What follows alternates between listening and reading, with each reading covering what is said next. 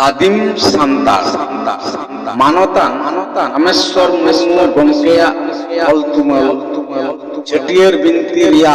मोड़ेयाना हाड़िंग बन जम तोरा लेगे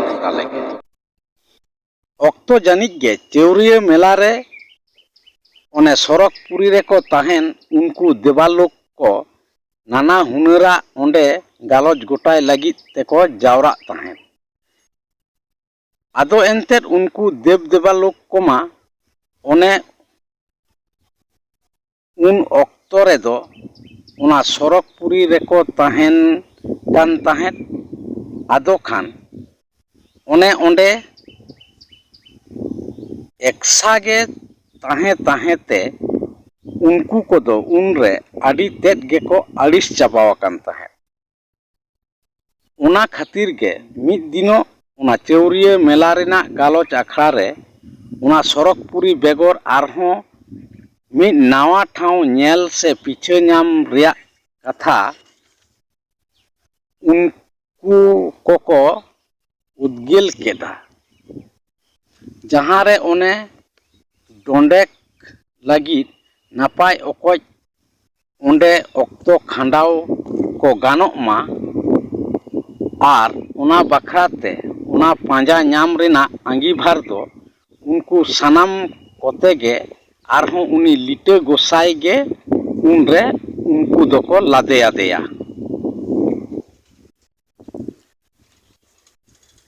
लिटे गोसाई हों पानते पानते ते मिद दिनों दो धरती पुरी न्यूमाना मिट्टांग पुरी उनरे आदोय पानते नाम किदा नाम कतेत गे उनरे उनी दोय अनुमान आचुर किदा ओना पुरी दो उनको सरक पुरी रे को ताहेन उनको देवालोक को दो ऑक्तो खांडाव लेकाना दो एकाल नापायो आ से नापायाना पुरी गे जानिक खान उना दो हुई दाड़ेया खान उनरे उनी लिटे दो धरती पुरी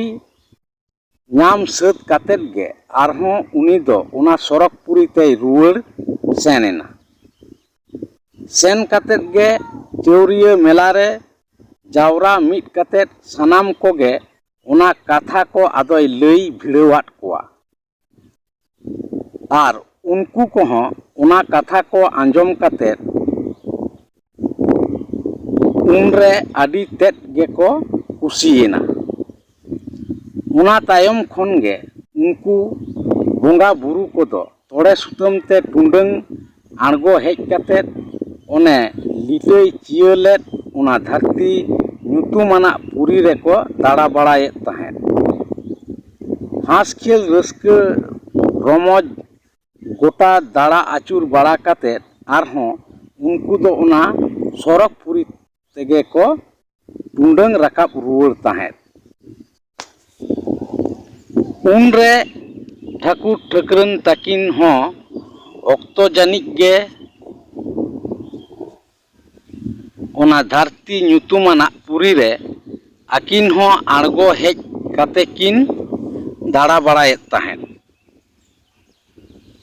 ओना सरक पुरी रे दो देव देवालोक को बेगोर ओंडे दो कापिल गई होको ताहे कान ताहेन आदो ओने सरक पुरी रेन उनको देवालोक को आड़गो हिजु रे दो ओना नेल कातेत गे उनको हों उना धरती ᱧᱩᱛᱩᱢᱟᱱᱟ पुरी रे मिद दिनों दोको आड़गो लेगायेना आर आड़गो हेज कातेत गे उनको कोहों नोंका मोज को अइकव किदा जे इना हिलो खन गे उनको कोहों दिनम गे आदो ऑक्तो जानिक उना धरती ᱧᱩᱛᱩᱢᱟᱱᱟ पुरी रे को आड़गो हिजुक ताहेन सारा घड़ी उनको कोहों धरती पुरी रे ओने पिडगव आचुर बाड़ा कातेत आरहों उनको बोंगा बुरु को लेकागे आको हों उना सरक पुरी रेगे को रुवाड़ चला ताहेन ऑक्तो जानिक ओने रुवाड़ो तेको बिलोम लेन रेदो मिड बार ओने आकोरेन मेना को ᱦᱚᱯᱚᱱ ᱠᱚ ᱞᱟᱹᱜᱤᱫ ᱛᱮ ᱯᱟᱱᱦᱟᱣ ᱫᱚᱦᱚ ᱠᱟᱜ ᱠᱚ ᱩᱱᱠᱩ ᱠᱚᱣᱟᱜ ᱛᱷᱟᱱᱮᱞ ᱛᱚᱣᱟ ᱫᱚ ᱨᱚᱦᱚᱲ ᱚᱛ ᱨᱮ ᱡᱚᱨᱚᱜ ᱛᱟᱠᱚ ᱛᱟᱦᱮᱸᱫ᱾